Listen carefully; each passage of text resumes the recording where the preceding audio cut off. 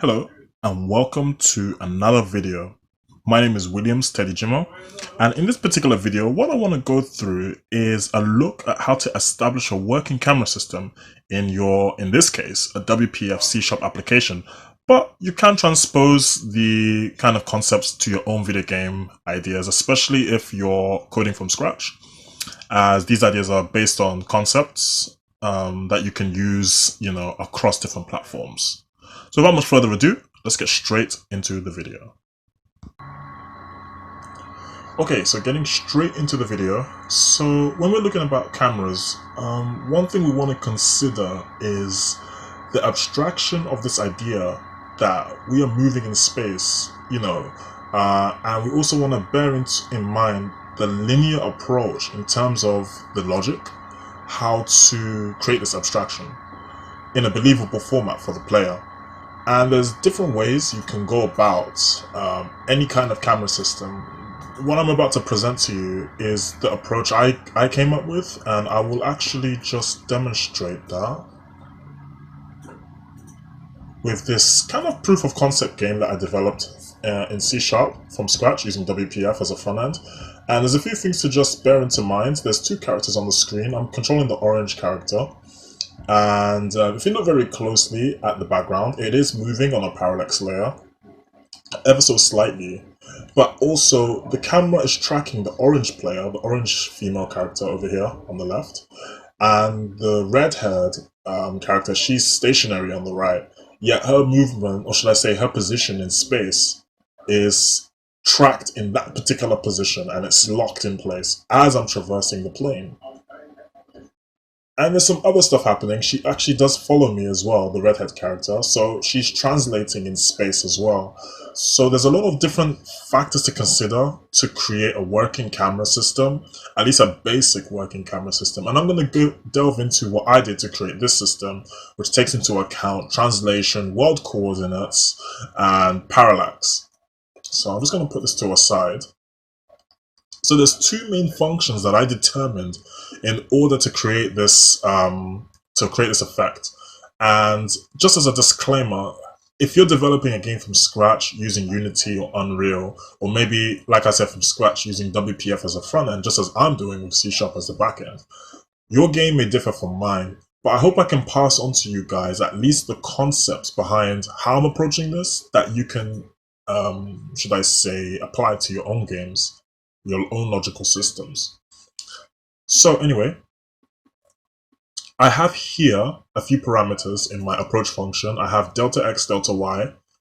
You don't have to worry too much about delta x AI, delta y AI. I'll come back to that. But the main things you need is some kind of x, y coordinate, which I've named delta x, delta y for now. So for my main character, I have here the x-axis assignments. So I have something called difference here, and it's a mathematics.abs value, which means that when calculating this value, it won't take into account minus or any negative number. It will always return a positive number. And all I'm doing is I'm calculating the difference between the player canvas, and just to show you guys, the player canvas is simply just a container around my character sprite. So with the orange hoodie female, her sprite is contained within a canvas control, and that's called the player canvas.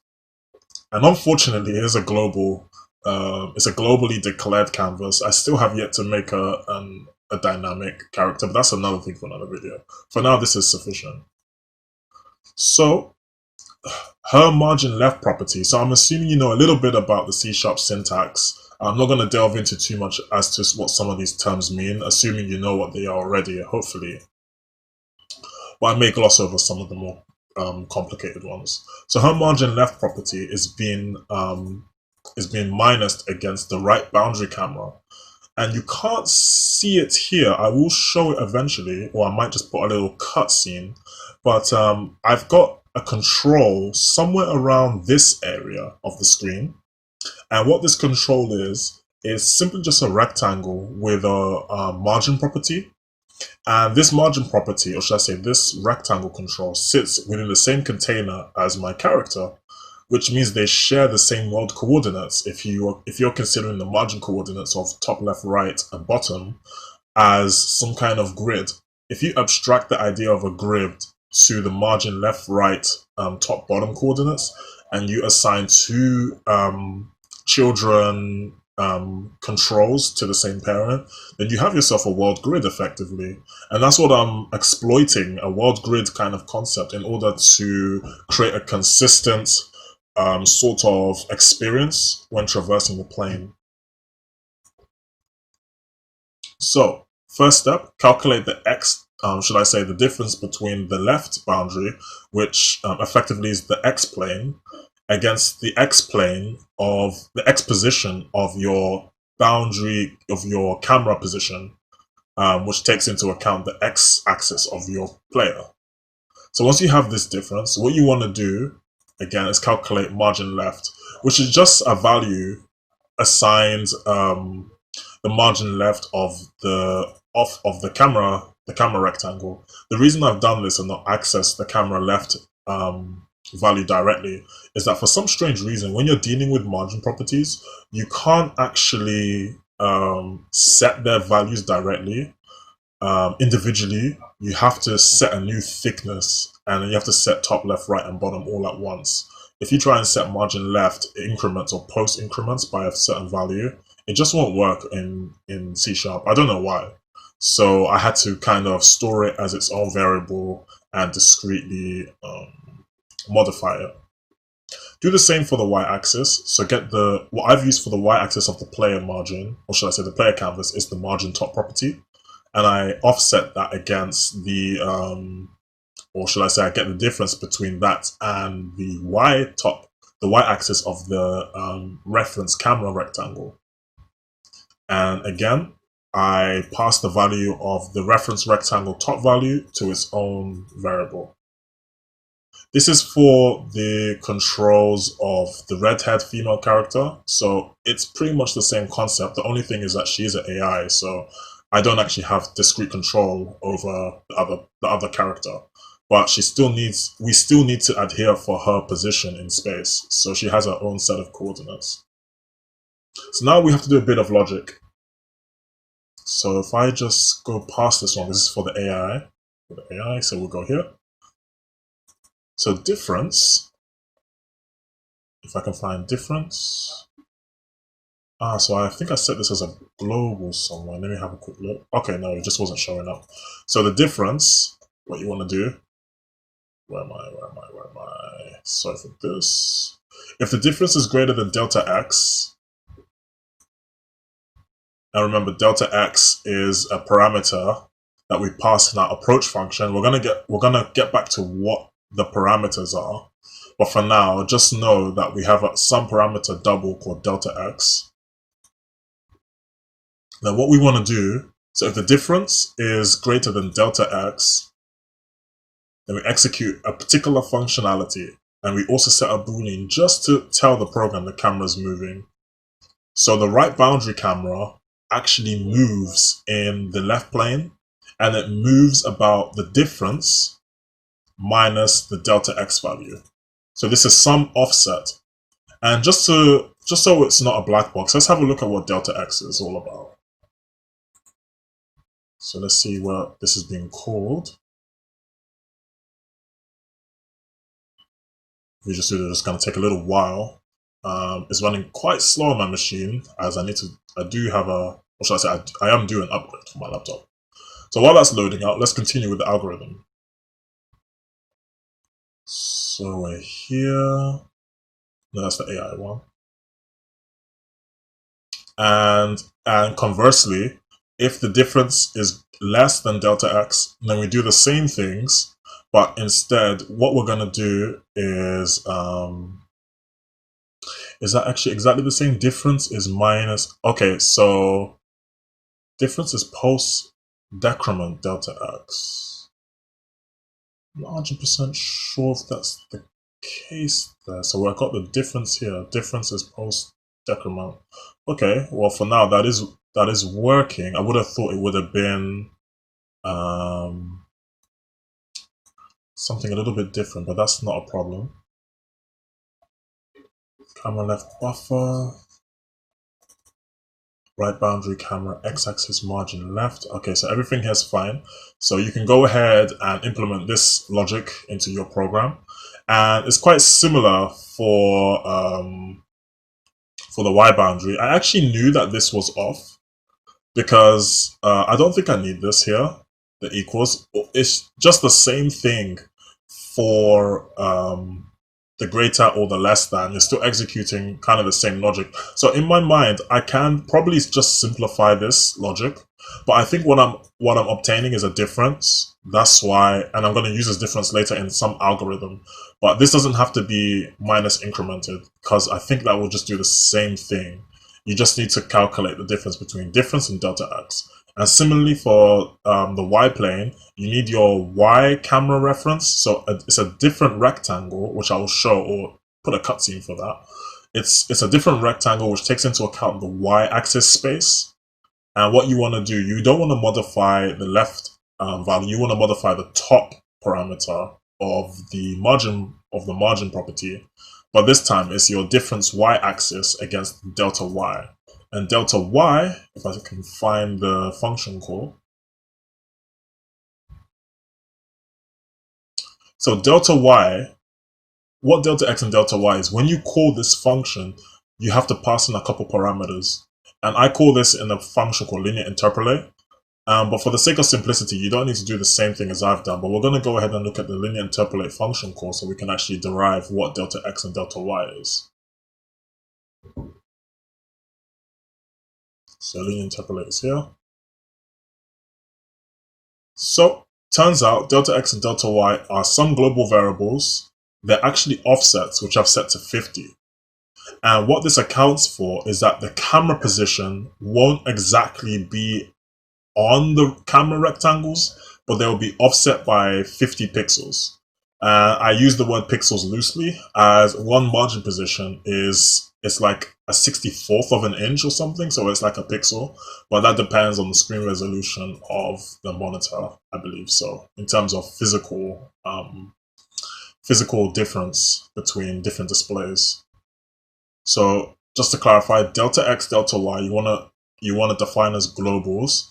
I gave them values of 50 just for the sake of an offset, but you can set them to 0 and it shouldn't be a problem. And you want to pass that into your approach function, or just literally call them directly into your function. So we've done the same for the x, the y as the x-axis.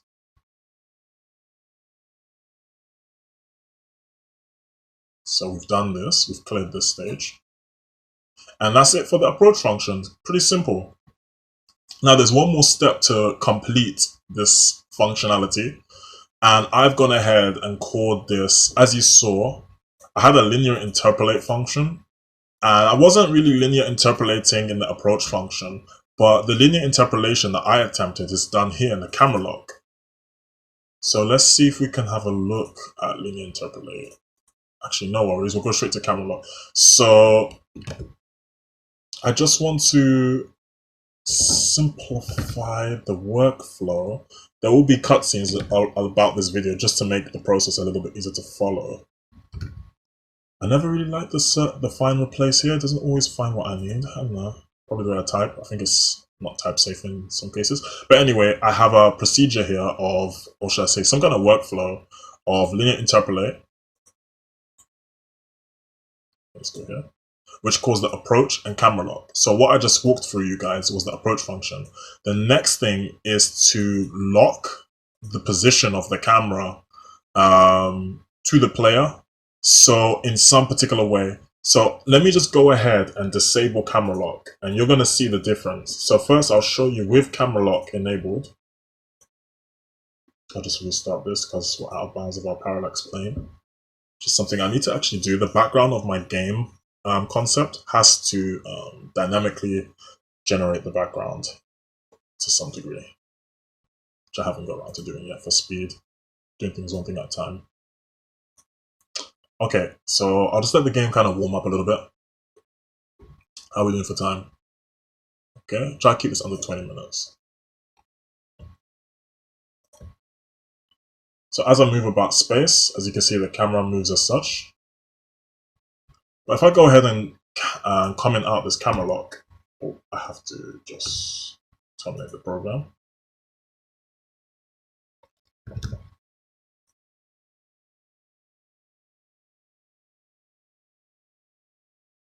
And we'll just give Visual Studio a little while to boot up. I'm hoping I don't break the program anywhere, but I think this is the only place I'm calling camera lock, so it's not, this function call is not exactly dependent on anything in particular. I'm not making any writes here, I'm just reading. As we wait for that, let's go straight to camera lock and have a look at what's going on. Camera lock should be around here somewhere. Oh, my game is about to pop up. As you can see, there's many lines of code here. I actually was working on, oh, okay. So this is the game without camera lock enabled. And as you can see very clearly, there is a difference. We have some form of game, but the camera is not tracking the player. So what I've done is I've sort of decoupled the functionality of the camera. I've set the necessary delta parameters of the players and the camera references, which are invisible in game. You can't see them. But the camera lock method is the functionality that allows the player to be tracked by the camera. And as you can see, this is what truly happens in world space. I have this sort of movement. It's quite interesting, really, when I look at it like this. I've never really appreciated this. So now let's go back into the code. And let's look at what camera lock is doing to enable that camera tracking that we saw earlier. So I'm going to go ahead and close this. Okay, I need to find camera lock. Just do this a little bit slow, okay. Could just do a find all. Ah, we're here already. So what's going on here? If camera is moving, set to is true, which we set to true in our approach function every time the camera offset will be determined, then what we want to do is take our global offset x and assign it the value of our right boundary camera, which is the boundary camera that we set that is invisible, as I told you, as it's just a reference position. But we want to take its margin left property and derive a difference of that between its left property, so against itself times 2. Now, why did I consider this? I considered this because I wanted to create a range of a leeway of when the camera will start tracking. So if I take you to the designer view, I just hope this right. So we've got this difference, and what we're doing here, the main grid, which is my every time you create a WPF project, you are given a window and you're given a grid. I went ahead and created this main grid, which I don't know if it's the parent grid or a child grid of the default grid, but you want some sort of parent grid as your, should I say, base parallax layer. And what I did is I assigned its margin left value offset x, which we have here, but we lock its margin top value, so it doesn't move about the y plane in this context, because we're only dealing with x-axis movement. Now this is, you could consider this as parallax layer 1. If this is parallax layer 0, this is parallax layer 1. And what I've done with parallax layer 1, it is a background image, which is a child of the main grid, something important to take into account. So with the background image, actually, let me just verify that, because it would make a big difference to the margin left property offset, which I'm setting here. So I'm making a parallax effect by offsetting the left value here, which is slower than the left value scrolling here, which is a bit faster of 0.8. But I want to see if main grid is the ultimate parent child of, well, in this context, it wouldn't really make much of a difference. But background image is within main grid, if my memory serves me right. So background image is a child, sorry, of main grid. And I set camera is moving to false. And then I set this particular value, offset buffer, x-axis is equal to offset x, because we're going to use this. Now, this is where I attempted to put linear interpolation into the camera, and I'm not 100% sure if it's working, but every time I disable what this is, things work. So that's usually a good sign, but when it's magic, it's not usually a good scenario. But you know, when you have those moments of coding where you're in the zone and you know what you're doing, and then you come back to it a few hours later, you're like, what did I write? It's kind of like that with me. So it probably makes sense if I review the code properly. But anyway, if this value is not equal to 0, then what happens here is that every time this is enabled, the one-on-one camera movement imposed by offset the one-to-one camera movement by imposing the inverse offset. So this is what should cause the linear interpolate, which is some form of smoothing. But when I tested it, I did notice a little difference, but it wasn't a great difference. So this is quite an abstraction for linear interpolate functionality.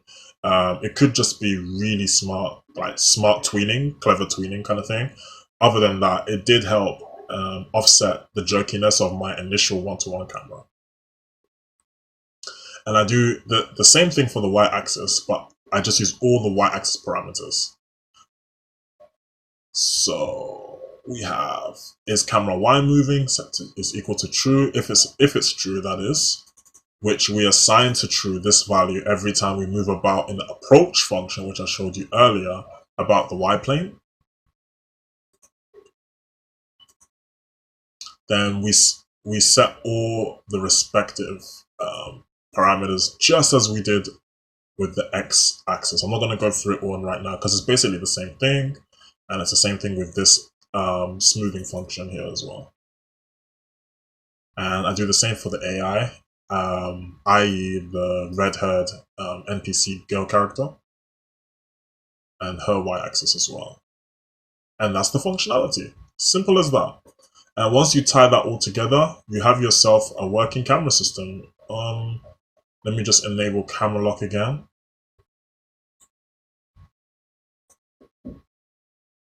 Oh, that's because I commented it out. Which is being called in linear interpolate. Let me just go to my linear interpolate file. Call to linear interpolate rather. Go to the function. I'll just enable this again. There we go. And so you witness how it was like without this functionality, taking all the delta values of the x and y coordinates. The camera lock ties it all together, does the main calculations to make it track the user, or should I say the player. And then we should have a tracking camera.